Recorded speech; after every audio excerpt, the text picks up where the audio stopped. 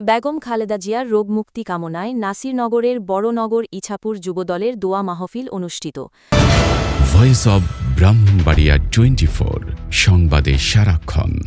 ব্রাহ্মণবাড়িয়ার নাসিরনগর উপজেলার ৬ নং ওয়ার্ড বড়নগর ইছাপুর যুবদলের উদ্যোগে গতকাল মঙ্গলবার বিকেলে বিএনপির চেয়ারপারসন আপসীন দেশনেত্রী ও ৩ বারের সাবেক সফল প্রধানমন্ত্রী বেগম খালেদা জিয়ার রোগমুক্তি ও সুস্থতা কামনায় এক দোয়া মাহফিল অনুষ্ঠিত হয়েছে।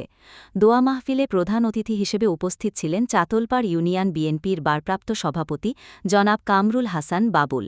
এছাড়াও উপস্থিত ছিলেন বড়নগরের বিশিষ্ট মুরব্বী জনাব হাজী আজমত আলী মাস্টার, ইছাপুরের সাংগঠনিক সম্পাদক জনাব আক্কাশ মেম্বার, ৬ নং ওয়ার্ড বড়নগর মুন্সিবাড়ির জনাব মোবারক আলী, নাসিরনগর উপজেলা কৃষক দলের সদস্য সচিব জনাব শাহ আলম পাঠান।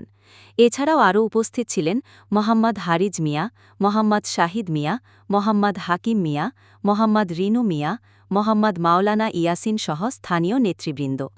অনুষ্ঠান পরিচালনা করেন ৬ নং ওয়ার্ড বড়নগর ইছাপুর যুবদলের সভাপতি হাবিব মিয়া।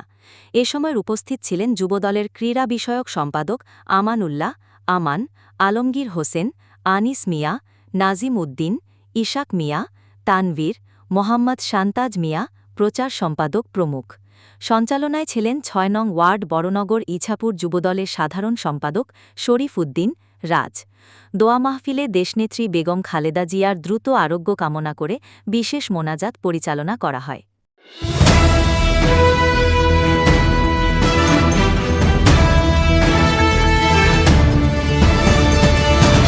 ভয়েস অব ব্রাহ্মণবাড়িয়া 24 সংবাদে সারাক্ষণ।